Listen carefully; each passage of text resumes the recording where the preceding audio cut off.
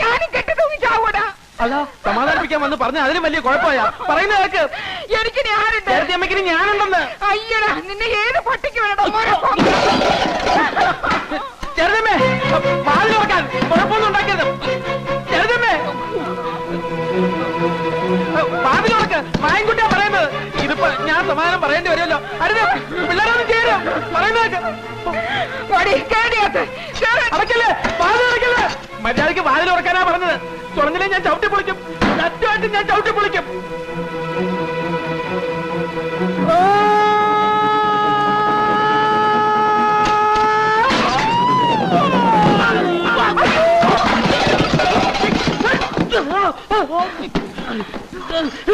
നിനക്കെന്താ പ്രാന്ത് പിടിച്ചോ?